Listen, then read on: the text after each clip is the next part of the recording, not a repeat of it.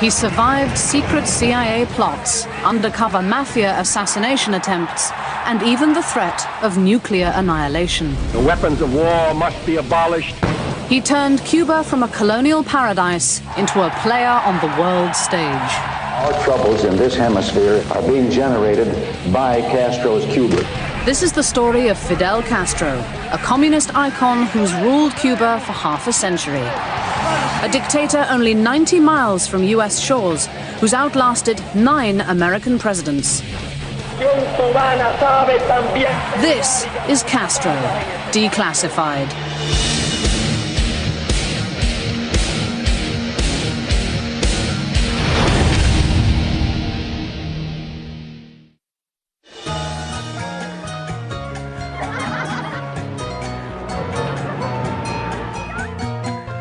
A tropical island paradise spilling with rum, rumba and roulette.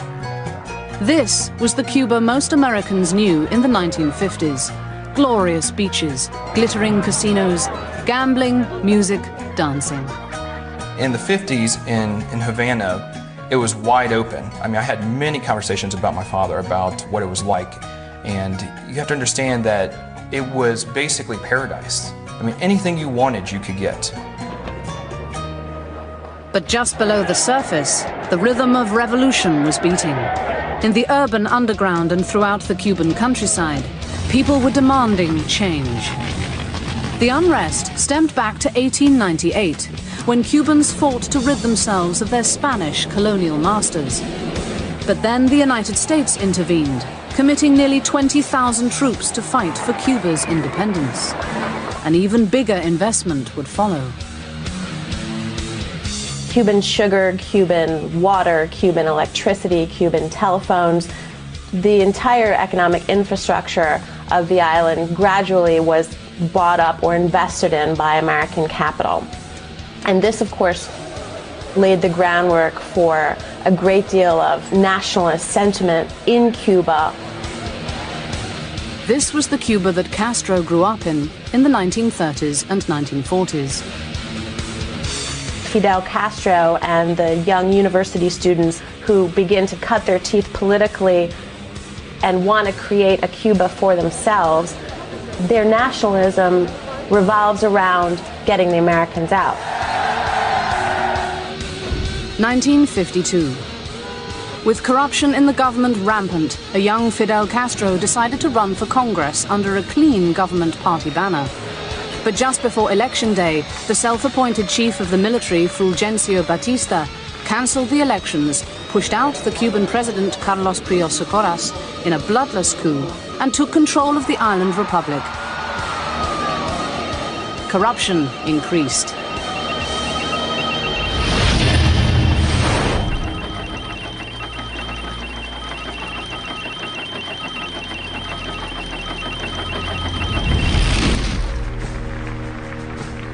Batista also felt free to dip into the national treasury, to ignore the national budget, to allocate the nation's resources at his own personal discretion.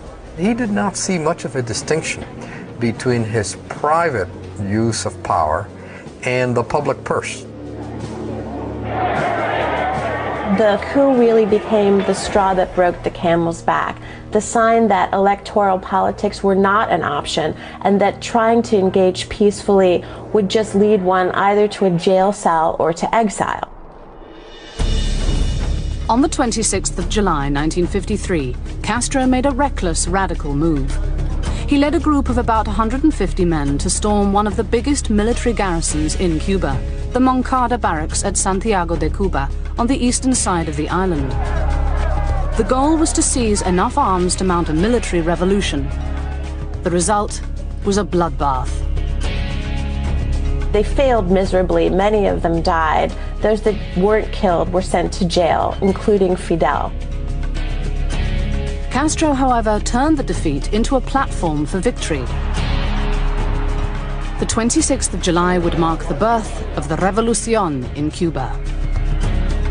Castro has a way of converting almost all defeats or potential defeats into mobilizing activities. That is, activities that he uses then to turn the situation. In 1953, Castro should have been dead. July 26th became a campaign slogan, the new name of the new movement to overturn the government. Castro's trial was televised, a bad mistake, giving him the perfect national stage for his stirring oratory. The man who should have been picked off by Batista and his mighty army, the man who had just a handful of ragged revolutionaries, rallied the country.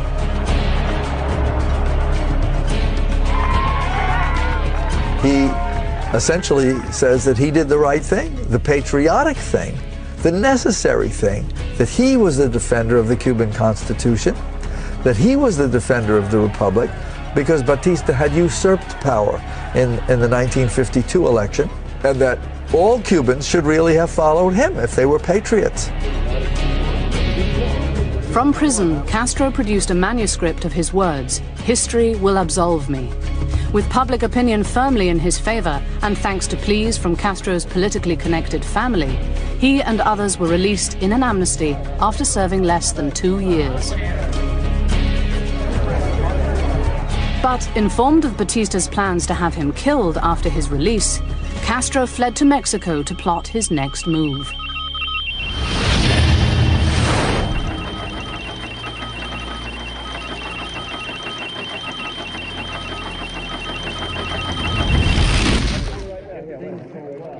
On the 26th of November 1956, Castro returned from Mexico on a leaky old boat called the Granma with a few dozen men.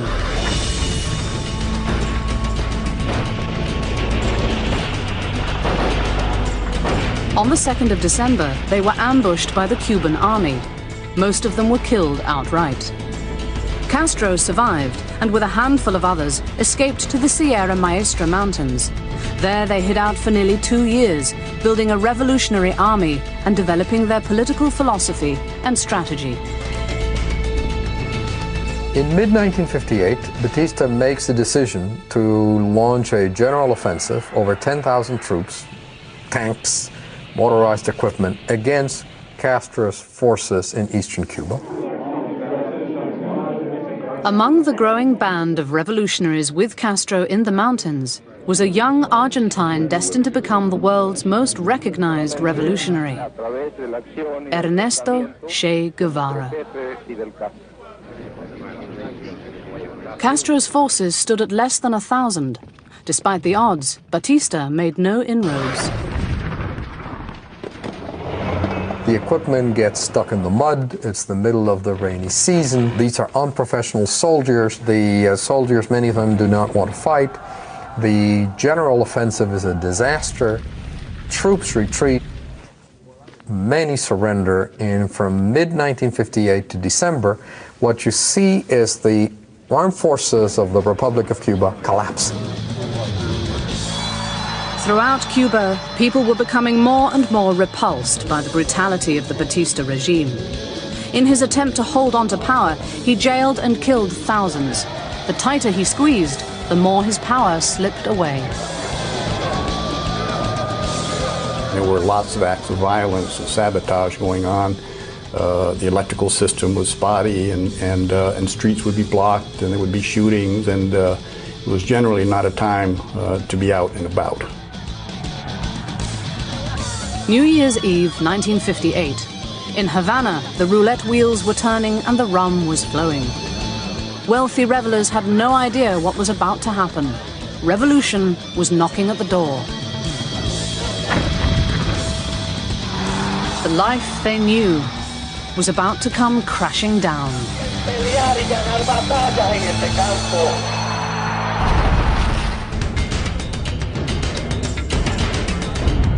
New Year's Eve, 1958. While unsuspecting revelers in Cuban casinos played cards, placed bets, danced and toasted in the new year, on the streets and in the Cuban countryside, revolution was bubbling over. After fighting a guerrilla war for the better part of a decade, Fidel Castro's opportunity had arrived. Like everyone else, President Fulgencio Batista celebrated at midnight, but for him, time had run out. he gathers together on New Year's Eve after an appropriately festive party his buddies, political, military, and other social leaders, fills about 6 airplanes and leaves the country. The nation celebrated. People danced in the streets, filled with hope for a new beginning, a new Cuba. When Batista fled and news spread that he had left the country, Cubans poured out into the street. It was at a time of enormous excitement, happiness, hopefulness. Cubans looked to his departure and to their success at getting him out as a collective victory.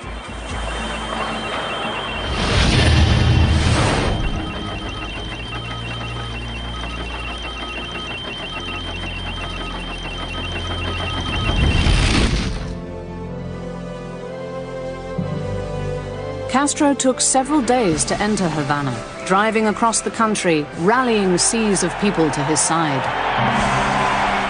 It wasn't just a march of triumph, it was also a march to do the politics across the island of securing support for the 26th of July movement. By the time he arrived in Havana, 1 million people had taken to the streets to celebrate a victory they saw as their own, and to hear Castro speak. A bunch of white doves land on his shoulder and arm as he's making the speech. Now, for anyone who knows anything about Cuban religion, Santeria, the white dove is a very significant animal. And this immediately is the signal. Fidel is the deliverer, O Batala, as he's called in that language. The deliverer. He is the man who is going to take Cuba from its helpless status and make it into a strong people, a strong nation.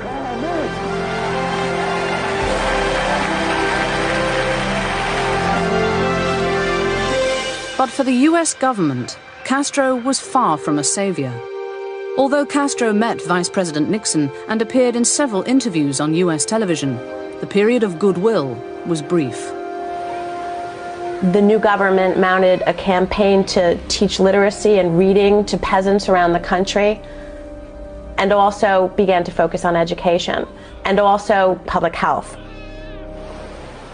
Just months after the revolution, hundreds of people were killed by firing squad after show trials. Famed revolutionary Che Guevara was the commander of the prison and took a personal interest in interrogating Batista supporters.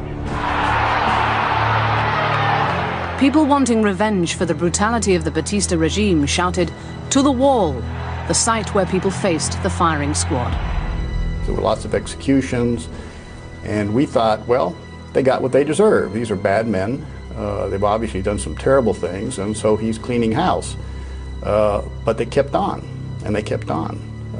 And there were hundreds and then thousands. And they moved the trials to the sports palace, and there were thousands of people in the stands screaming at the top of their lungs, paredón, which means to the wall.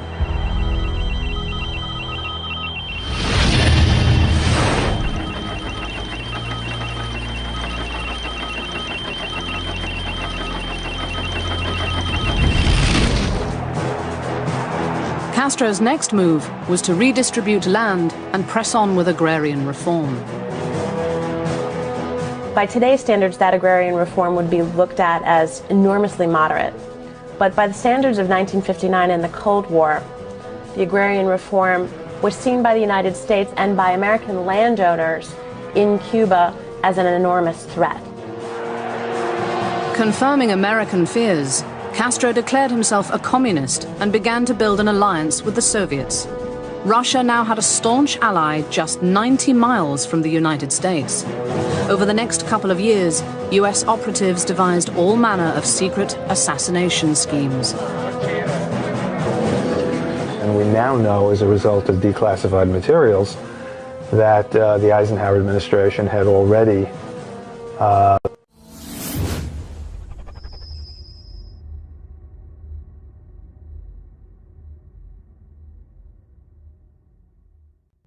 been in contact with the mafia about killing him, about assassinating him. Some of the CIA's more bizarre plots included slipping Castro poison pills and exploding cigars, putting powder in his boots to make his beard fall out, and spraying LSD around a radio station where Castro was to speak. The CIA actually was ordered to compile a top-secret history of all these attempts. And that document, over 100 pages, details, chronicles all of these schemes. They range from exploding conch shells to poison cigars to assassination rifles to poison pens. None of these efforts succeeded, but they certainly show the creativity, at least in the laboratory, of the CIA in its multiple efforts to kill Fidel Castro.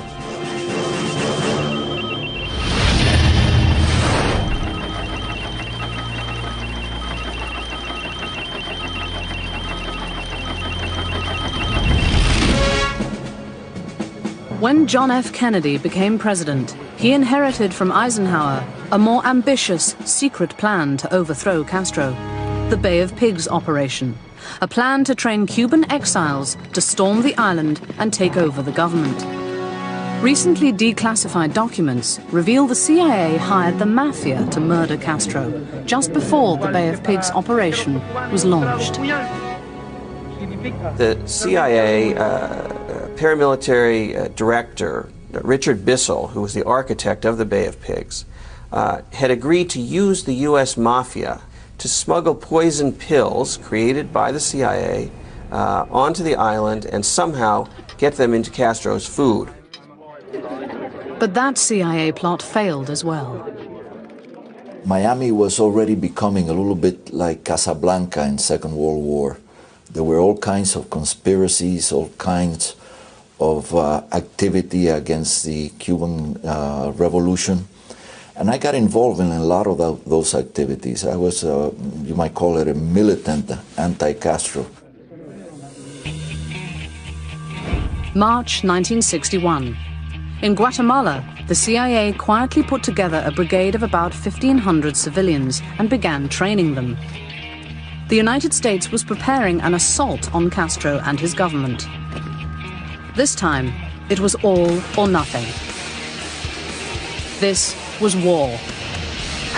The American-backed insurgents planned to land at a place known as the Bay of Pigs.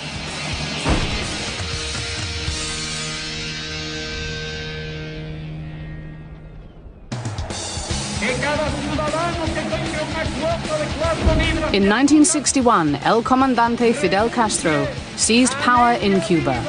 In his first months, he announced his reforms for education and healthcare, while at the same time reducing civil liberties.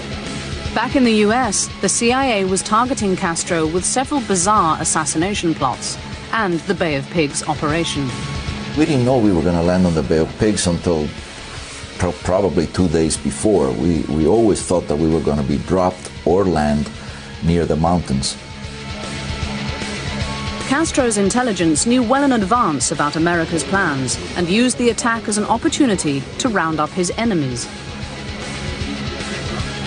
The Cuban government had the opportunity to arrest all the underground and all the opposition, whether they were in fact opposition or not. They just picked up everyone they thought could possibly turn against them.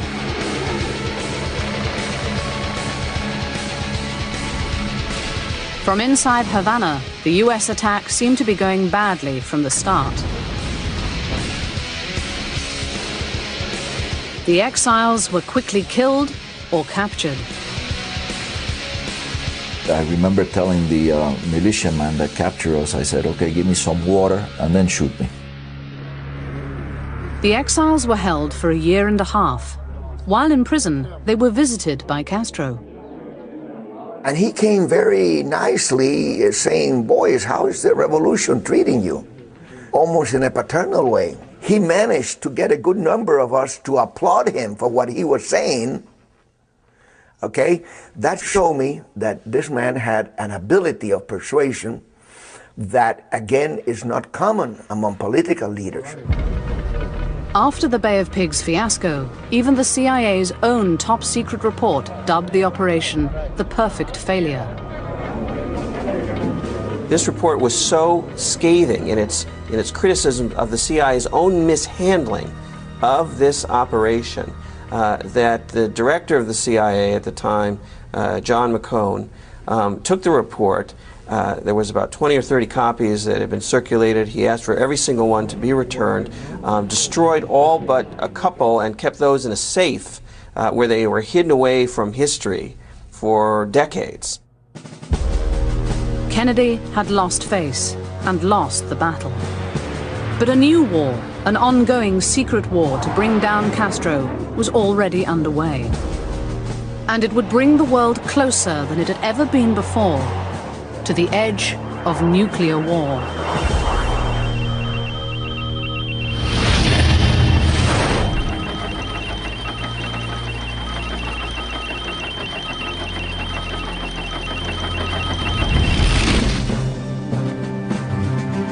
It was not until after the Bay of Pigs and the abysmal failure and humiliation that the administration suffered, and that he suffered personally as a new president, that I think you begin to have a major change, and then it does become an obsession, especially on Robert Kennedy's part.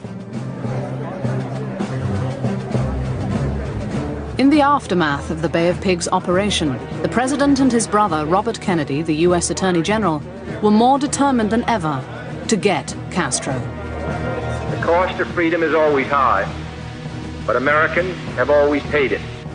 He now decided he would really pursue Cuba in a much more ferocious and determined way, and Castro understood that about Kennedy, that the United States doesn't take defeat lightly. The president encouraged his brother to lead what one CIA operative described as an ongoing secret war, Operation Mongoose.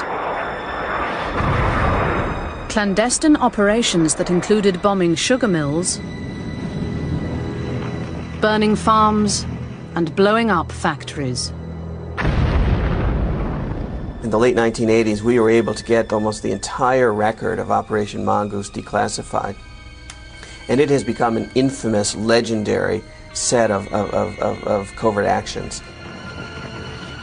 A multifaceted, concerted effort to overthrow the Cuban government, where we would weekly send raiding parties into Cuba to supply guerrillas inside Cuba with arms, to blow up factories, to burn fields, to engage in small terror acts to assassinate Fidel Castro. And so Mongoose came to be the kind of example of what it means to fight low-intensity warfare in the Third World.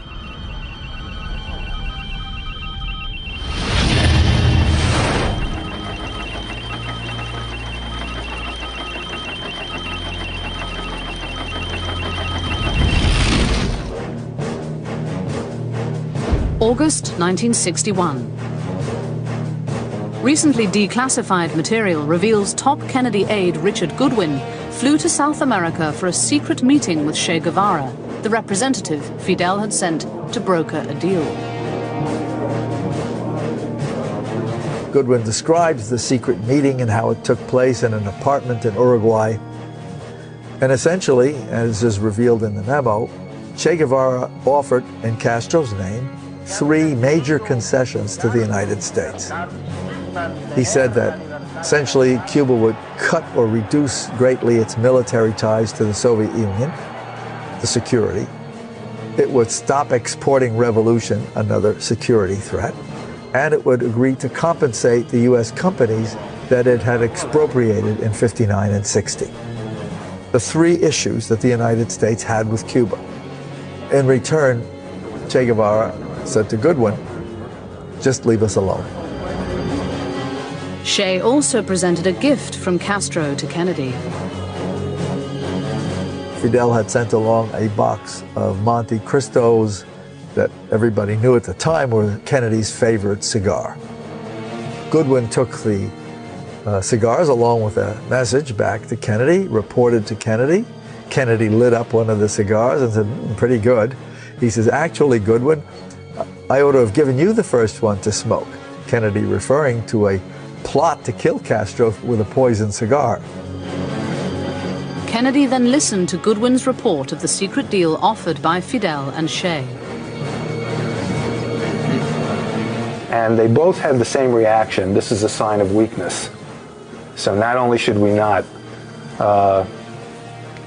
make an accommodation, we should turn up the heat, because we maybe can get rid of them or get more out of them. In October 1962, Soviet missiles arrived in Cuba, pointing in the direction of the United States. The clock was ticking on the Cuban Missile Crisis as the two superpowers watched and waited. When the US blockaded Cuba, American ships were brought into direct military conflict with Soviet ships and submarines. The world was on the brink of nuclear holocaust. Kennedy met with Joint Chiefs of Staff. They say it's a military threat. We have to go in, we have to knock them out right away or invade. They want both. And Kennedy says that it isn't a military threat. It doesn't really make any difference militarily. He says, what difference does it make if you get blown up by a missile fired from the Soviet Union or one fired from Cuba? In either case, he says they have enough to kill us anyway. He sees it as a political act on Khrushchev's part to appear to change the balance of power. That difference is extremely important during the first week, because most of the people in the room initially favor bombing. Recently released tape recordings made secretly in the White House reveal the tension between President Kennedy and his top military brass. At one point, Kennedy leaves the room. General LeMay, the Chief of Staff of the Air Force, General Wheeler, the Chief of Staff of the Army, General Shoup, the Chief of Staff of the Marines. Of course, they don't know they're being taped. Do the son of a bitch and do it right and quit frigging around. And basically, they say the president's a coward.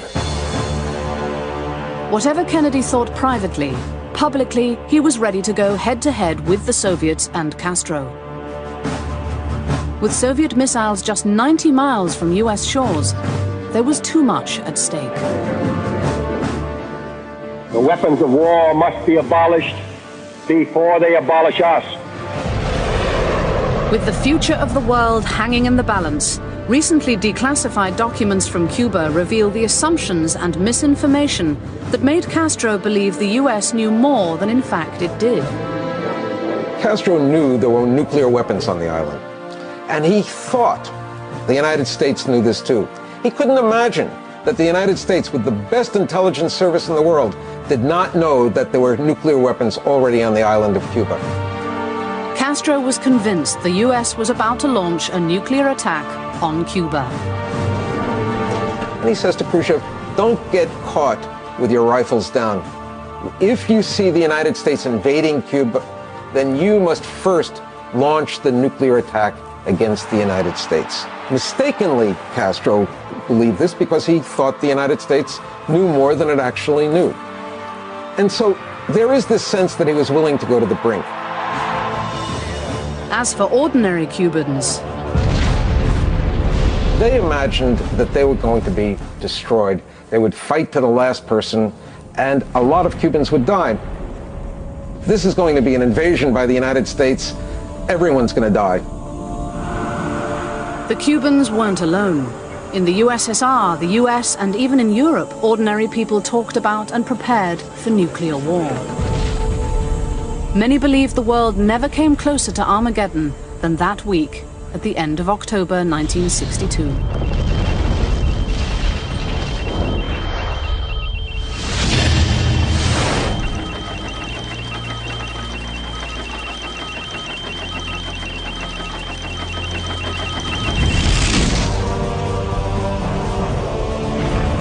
Khrushchev had no intention to start nuclear war. He was at Second World War. He repeated many times that when you're watching movie, documentary, reading stories about war, it is nothing there with realities, because it's much more dirty, much more cruel, much more bloody.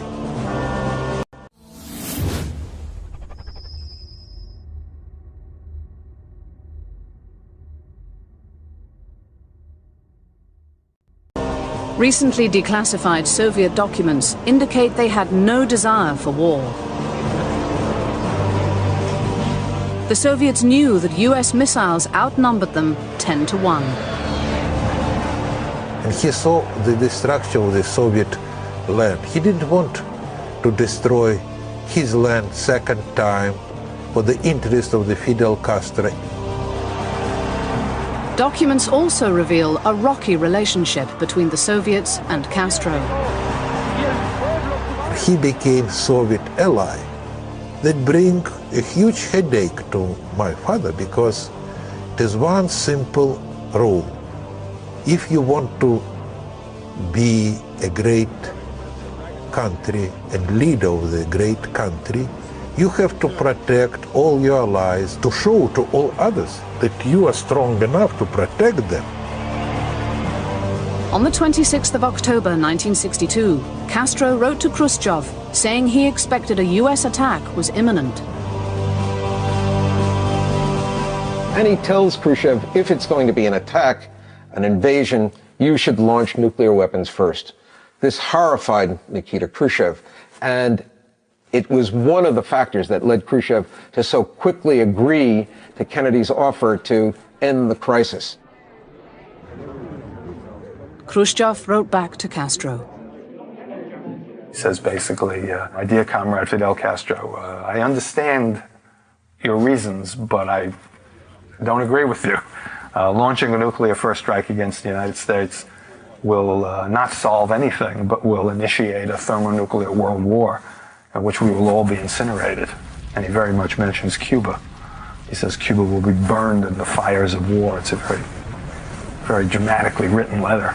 And though Castro was seen at that point in Moscow as being slightly nuts for wanting to start a nuclear war. On the 28th of October, the two superpowers came to an agreement.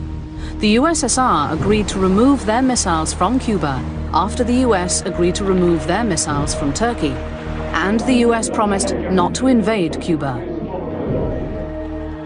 But the idea of assassinating Castro wasn't dead yet.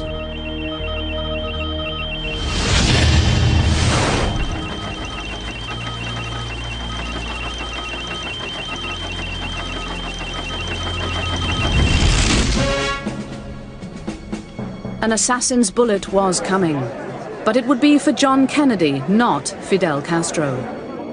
And in the days leading up to the president's death, the Kennedy administration adopted a dual strategy: make peace with Castro or assassinate him.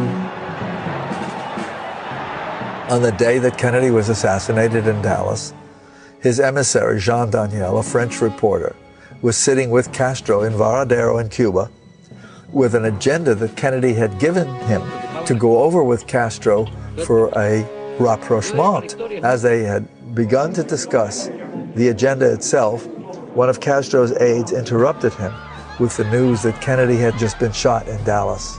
And of course that ended the session right there. At that moment, a top CIA officer was meeting with a spy high up in the Cuban military, codenamed Amlash.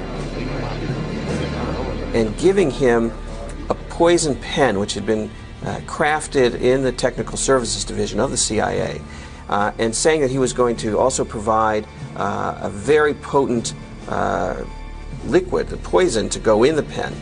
And it described to this asset what he needed to do. He needed to get close enough to actually touch Fidel Castro with this pen, which had a very sharp, hidden syringe needle in the tip. The agent said, well, this is terrible. I was expecting a major weapon.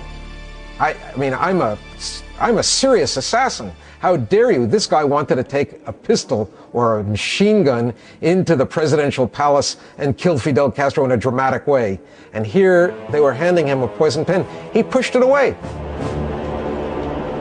Kennedy was dead, and Castro was alive. Despite the ongoing secret efforts to kill him, despite the threat of nuclear holocaust, the seemingly indestructible leader of the tiny island nation survived. Castro was now a player on the world stage, and he would use his new stature to fire up his revolution. Castro was about to begin a new series of battles. And although assassination was still part of the game plan, someone else would fall to the assassin's bullet. Someone very close to Castro. By 1963, the ongoing clandestine effort to oust Castro was failing. Instead, the superpowers had set their nuclear sights on each other across the few miles of water that separated the US and Cuba.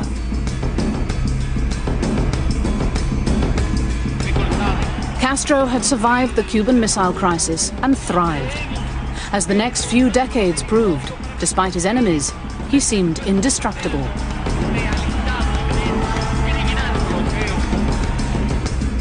After the Cuban Missile Crisis, Castro made himself a player in international politics. At the urging of revolutionaries like Che Guevara, he became a third world hero as he sent armies and experts to help in revolutionary battles in Africa and Central America. And it was Castro who brought the Soviets into these revolutionary battles. Angola was the Cuban initiative, and it was Castro who lured the Soviets in.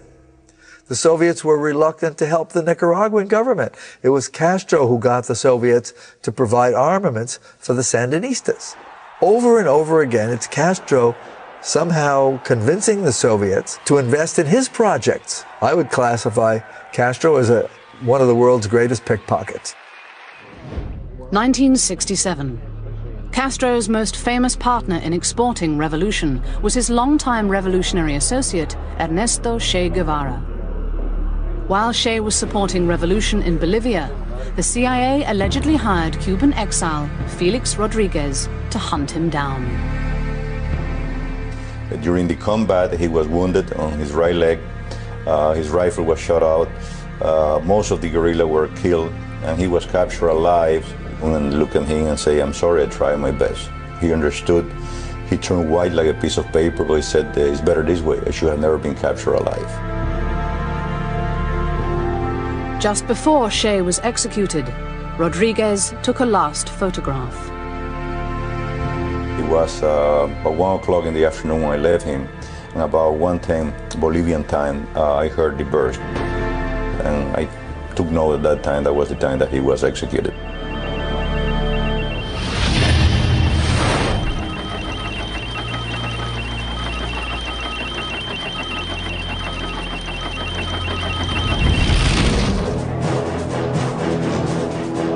Castro got rid of his enemies by jailing them, killing them, or throwing them off the island. In 1980, a group of Cubans tried to escape the country through the Peruvian embassy. Soon, thousands of people were hammering at the door there to get out of Cuba. As world public opinion started coming down on Castro, he announced that anyone who wanted to leave could leave. It was a smear on the Cuban society that 125,000 people wanted to leave Cuba and run to the United States. And he used this as an opportunity to effectively get rid of people who were dissidents in the island and secure even more power for the Cuban government. On the 15th of April 1980, the boat lift began. Typically turning the situation to his advantage, Castro simply exported his enemies and sent them over to his biggest enemy, the United States. He emptied jails and filled the boats with thousands of people he deemed undesirable. And so one of the ways he's been able to survive is to think one step ahead, to take crises and make them into opportunities for his own survival, to find ways to have his enemies neutralized in the sense of their own power being undermined, their own credibility being undermined. In 1989, Castro was about to take his toughest blow ever and lose his most important ally. The collapse of the Soviet Union led people to think that Castro would soon follow, that Cuba was receiving subsidies from the Soviet Union in terms of higher prices for its sugar than the world market and lower prices for the oil. And when the Soviet Union was no longer this sugar daddy, the sense was that Cuba could not survive. Between 1989 and 1993, the Cuban economy drops by about 1/3. This is a huge collapse in a very short period of time. Hardship affected everyone in the country. It meant that you did not have enough food for yourself and your children. Friends of mine literally shed pounds and looked in terrible physical circumstances. How Castro survived this time was by bringing back the two things he abolished when he first came to power: the US dollar and tourism. Cuban tourism industry was practically non-existent at the end of the 1980s. In 2004, a little over 2 million tourists visited Cuba, so it's a very big change. Foreign direct investment, tourism. Third important change is to allow Cuban Americans to remit dollars to their relatives and friends in Cuba. That, by the beginning of the 21st century, is worth something in the range of $1 billion.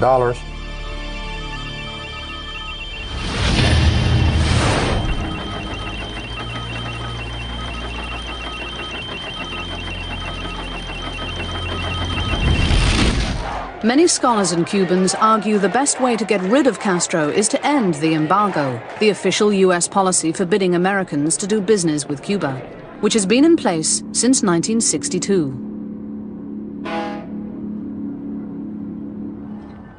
They say he uses the embargo to prop himself up, and that if it were lifted, Castro would crumble under the weight of his own failed policies and mountain of excuses. Fidel Castro wants the embargo. The U.S. embargo gives Fidel Castro control. If it was unfettered trade and ideas and everything else that comes with full relations, they said he would be out of here.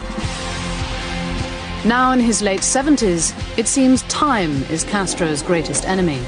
Despite all the efforts to eliminate him, he still stands as the last of the Cold War warriors. He's outlived them all: Kennedy, Nixon, de Gaulle, Mao, Khrushchev, Brezhnev, even the Cold War itself, becoming one of the longest ruling leaders of modern times. Fidel Castro's legacy has a combination of elements. It completed the country's social modernization. It taught every Cuban to read and write. It raised the median schooling level in the workforce dramatically. It transformed the Cuban health system. It also represented, unfortunately, a period of extraordinary, harsh repression. Thousands of dissidents have been imprisoned or executed in Castro's Cuba. Thousands more have fled or been exiled. The legacy, therefore, is mixed. It had, no doubt, certain areas of accomplishment, but on balance, it is a history that was needlessly harsh, that was abusive, and that committed damnable acts.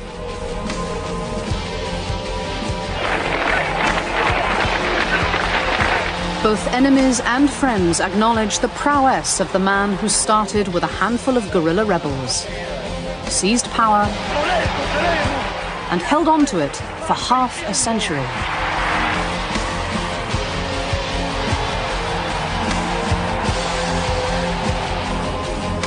He has outlasted both his Cold War enemies and his Cold War allies. Against the odds, Fidel Castro is a survivor.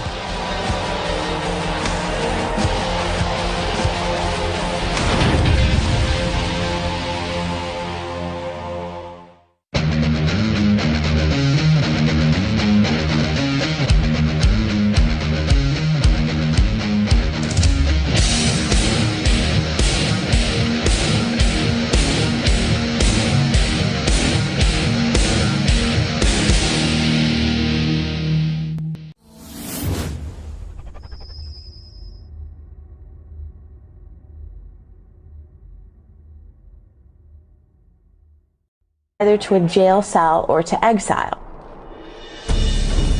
On the 26th of July 1953, Castro made a reckless, radical move. He led a group of about 150 men to storm one of the biggest military garrisons in Cuba, the Moncada barracks at Santiago de Cuba on the eastern side of the island. The goal was to seize enough arms to mount a military revolution. The result was a bloodbath. They failed miserably. Many of them died. Those that weren't killed were sent to jail, including Fidel. Castro, however, turned the defeat into a platform for victory. The 26th of July would mark the birth of the Revolución in Cuba. Castro has a way of converting almost all defeats or potential defeats into mobilizing activities. That is, activities that he uses then to turn the situation. Just before Election Day, the self-appointed chief of the military, Fulgencio Batista, cancelled the elections, pushed out the Cuban president Carlos Prios Socorras in a bloodless coup, and took control of the island republic. Corruption increased.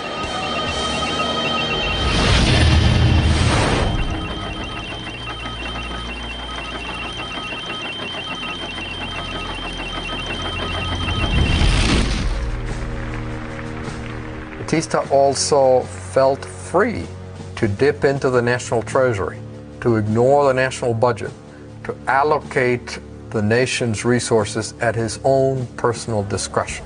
He did not see much of a distinction between his private use of power and the public purse.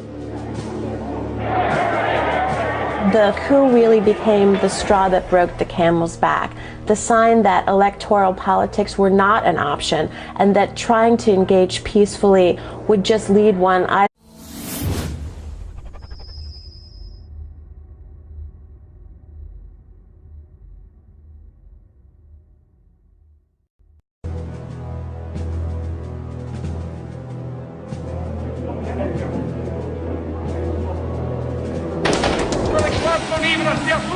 He survived secret CIA plots, undercover mafia assassination attempts, and even the threat of nuclear annihilation. The weapons of war must be abolished. He turned Cuba from a colonial paradise into a player on the world stage. Our troubles in this hemisphere are being generated by Castro's Cuba. This is the story of Fidel Castro, a communist icon who's ruled Cuba for half a century. A dictator only 90 miles from US shores, who's outlasted 9 American presidents. This is Castro, declassified.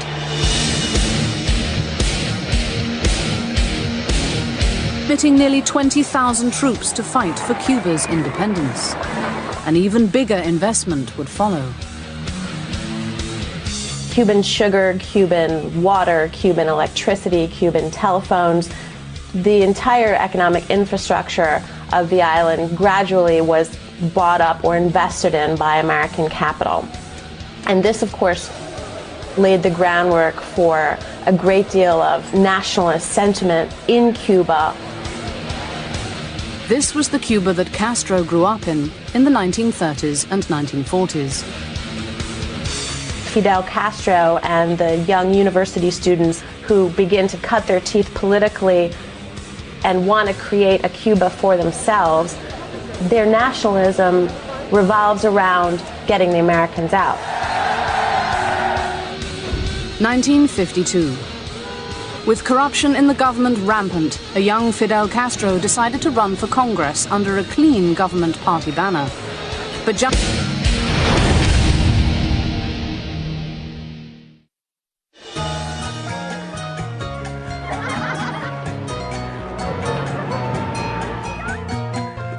a tropical island paradise spilling with rum, rumba, and roulette. This was the Cuba most Americans knew in the 1950s. Glorious beaches, glittering casinos, gambling, music, dancing. In the 50s in Havana, it was wide open. I mean, I had many conversations about my father, about what it was like. And you have to understand that it was basically paradise. I mean, anything you wanted, you could get. But just below the surface, the rhythm of revolution was beating. In the urban underground and throughout the Cuban countryside, people were demanding change. The unrest stemmed back to 1898, when Cubans fought to rid themselves of their Spanish colonial masters. But then the United States intervened